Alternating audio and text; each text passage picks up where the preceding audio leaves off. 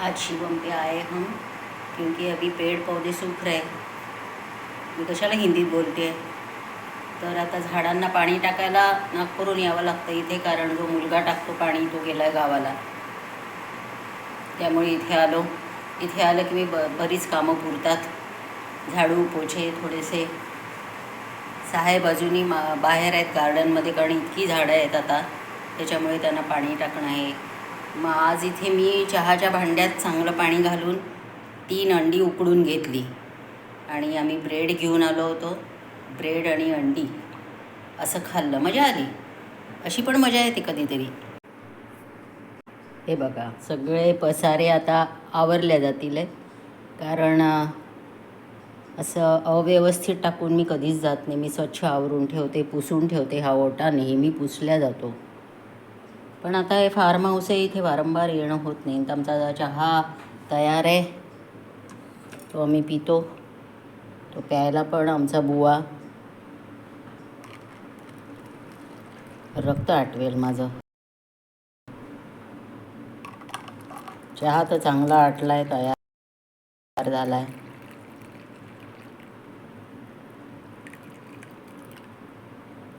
आणि हे disposable glass ठेवणं परवडतं. हे भांडं धुवायचं, हा जो कचरा आहे ना तो इथे नाही टाकत आम्ही. एका पिशवीत गोळा करून आणि तो नागपूरला नेऊन मग डिस्पोज ऑफ करतो. असं सगळं चालतं. हे आता घरी नेल्या जाईल, कारण इथे ठेवण्यात अर्थ नाही. जरी फ्रीज असला तरी पण आता परत केव्हा येऊ हे सांगता येत नाही. काळजी घ्यायला पाहिजे उन्हाची, कारण नाही तर ऊन अंगाशी येतं. तर डोकं आपलं व्यवस्थित बांधा आणि काय बरं कॅप घाला. ते आजकाल शहरांमध्ये मुली हिंडतात, त्या अगदी पूर्ण नखशिकांत झाकलेल्याच असतात. हातात ग्लोव्ज असतात, सनकोट असतो सगळं. पण ते चांगलं आहे एका परीने, उन्हाळ्यात चांगलं आहे. बाकी सीझनला मग त्यांची तोंड दिसतच नाही. कोण आपल्या जवळनं गेलं कळतसुद्धा नाही. इतकं तर आम्ही करत नाही. गाडीतच जाणं येणं असतं त्यामुळे. पण उतरल्याबरोबर मात्र आपलं डोकं कव्हर करायचं. देशपांड्यांच्या मागे थोडंसं लागावं लागतं. हे असं उन्हाळी वारं खूप आहे. केव्हा तरी एखादी पावसाची सर येते आणि मग गोष्टी आणखीनच कठीण होतात, कारण मग ती सगळी वाफ जमिनीतली निघते आणि जीव नकोसा करते बिलकुल. आता बहुतेक कामं आटोपली आहे, आवरासावर करायची आणि जास्त ऊन वाढायच्या आत इथून निघायचं.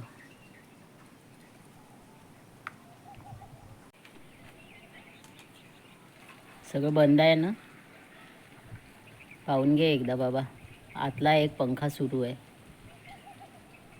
तिथे पाणी नाही घातलंस का? त्या हे काय टमाट्यांची झाडं आहेत ती? अच्छा अच्छा, ओके. कारण इकडे सगळीचकडे राहायला आहे आज छोट्या झाडांना.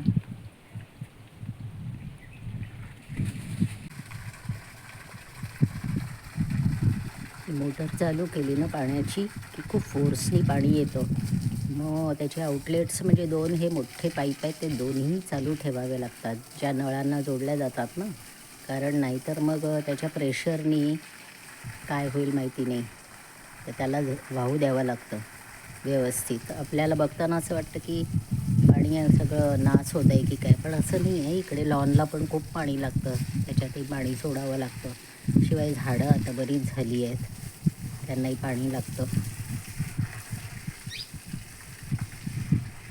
पक्ष्यांचे आवाज येत आहेत अगदी सकाळी, तर खूप सुंदर आवाज येतात.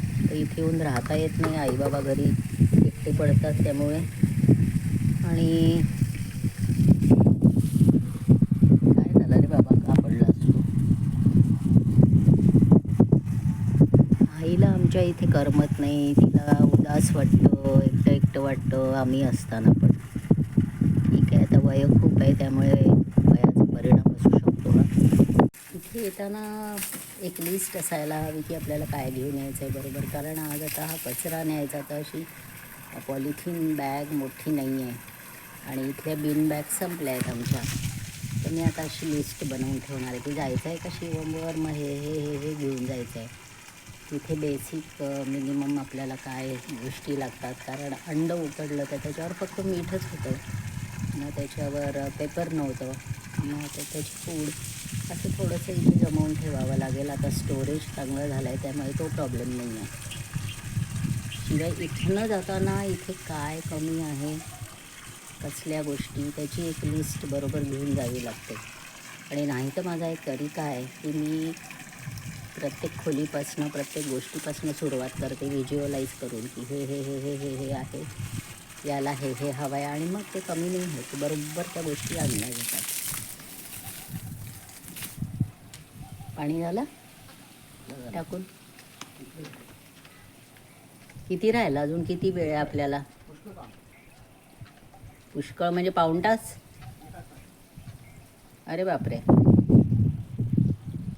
कारण काय आहे ना, येताना आंघोळी केल्या नाही आहेत, कारण इथे मेहनत करायची, मग घाम निघतो सगळा, घरी जाऊन स्वच्छ व्हायचं, मग जेवणांचं बघायचं. तरी बिचारे आई बाबा थोडं लक्ष ठेवून असतात. या वयातही कमाल आहे त्यांची, म्हणजे तर चालते फिरते आहेत म्हणून तुम्ही जाऊ शकता, असं आहे. ती ट्यूब मी म्हटलं ना खूप फोर्सनी पाणी येतं, तर त्यांनी आम्ही काय केलं, इथे जोरात त्यांनी पाणी त्या ट्यूबनी असं सगळं सोडलं. इथे त्या प्रेशरनी सगळी घाण निघून गेली आणि मग मॉपनी ते सगळं आम्ही ओढून घेतलं. त्याच्यामुळे काम सोपं झालं. नाही तर मग त्या पोछ्यानी ते सगळं साफ करा, मग पोछे धुवा. असं बाहेर जरा जास्त धूळ होते ना, आतमध्ये बंद असल्यामुळे तेवढा प्रॉब्लेम नाही. तरी वरच्या टेरेसमधनं तरी आता मी ते दाराखाली जी गॅप होती तिला बंद केलं आहे. तिथनं सगळी धूळ येऊन मला कळतच नव्हतं की कुठनं येते एवढी धूळ, तर ती तिथनं येत होती. कारण वारं इथे जरा जास्त असतं, तर त्या धुळीचा बंदोबस्त केला मी मागच्या खेपेला. ही परत कसं ऊन झालं आहे. ते स्विमिंग पूल जरा खराब झाला आहे, आता त्याला तो साफ करेल, फिल्टर करेल, सगळं करेल. पाणी देतो आहे, येऊन येऊन काळजी घेतो आहे, म्हणून झाडं इतपत चांगली आहे. अगदी पुढच्या महिन्यात मे महिन्यामध्ये माहिती नाही मला काय होईल. काय भरली का टाकी? का बरं? हां, अरे ही फुलं नाही दाखवली मी. फुलं बघा, हा देशी गुलाब लावला आणि तो मला असं वाटतं आता भर उन्हाळ्यात इतका फुलला आहे. तर असा विचार करतो आहे की या कॅरींमध्ये ना असे ते गुलाबच इकडे तर लावणारच आहे. ही जी कॅरी आहे इथे कर्दळ होती, तर ती काढून टाकली आम्ही. ती चांगली नव्हती दिसत कारण, आणि तिला वाढ नव्हती. तर तिथे हा देशी गुलाबच आम्ही लावू. आणि खरा देशी गुलाब ना असा फिका गुलाबी असतो आणि फार सुंदर वास येतो त्याला. यालाही देशी गुलाब म्हणतात, पण याला तेवढा वास नाही आहे. वास आहे पण तितका घमघमाट नाही आहे. तर तो जो देशी गुलाब असतो ना गुलाबी फुलांचा, त्याचं आपण हे करतो, काय म्हणतो आपण त्याला, गुलकंद. आजकाल ना आठवत नाही, शब्दच आठवत नाही. गुलकंद, त्याचा गुलकंद करतो आपण. तर आता एवढा उत्साह तर माझ्यात नाही आहे की याच्या पाकळ्या त्याला थोडंसं हे करा, त्याच्यामध्ये साखर घालून उन्हात ठेवा, तो गुलकंद तयार करा. 2दा प्रयत्न केला आणि ते खराब झालं, मग तिसरून सोडून दिलं, आता नाही करत. हे असं लॉनला पाणी सोडून द्यावं लागतं. इथे ट्यूब, त्यातनं पाणी ते पसरत राहतं. आता उन्हाच्या मानाने लॉन खूप चांगलं आहे. पण आता मे महिन्यात यू नेवर नो काय होईल, नाही सांगता येत. कारण इतका वाईट असतो मे महिना. अगदी आता ही कशी हवा आहे ना, ही पानं कशी छान हलत आहेत आणि असं सुखद वाटतं आहे. आता 9 वाजायला आले तरी सुखद वाटतं आहे. पण मे महिन्यात इतकं ठप्प झालेलं असतं सगळं, जरासुद्धा वारं नाही आणि जीवाची काहिली होते म्हणतात ना, तसं होत असतं. मध्येच चालला आहे. एक कॅब मागे लागली तेव्हा कॅब घातली. अजूनही वारं गरम नाही आहे म्हणून बरं आहे ना. हां, नाही तर मग रुमाल बांधावं लागेल साहेब.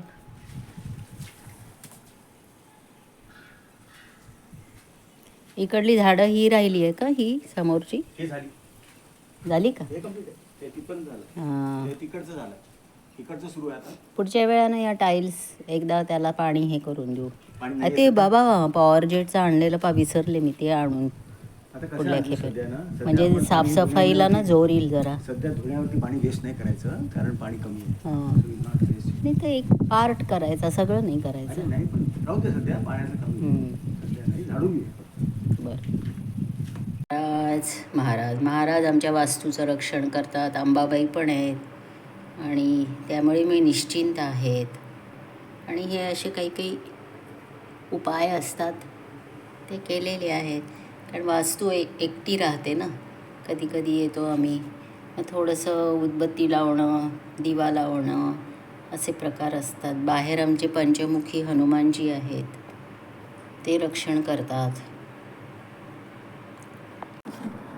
आता आवरायला घेते मी, कारण जायची वेळ येईल. हे सगळं लखलखीत स्वच्छ करते.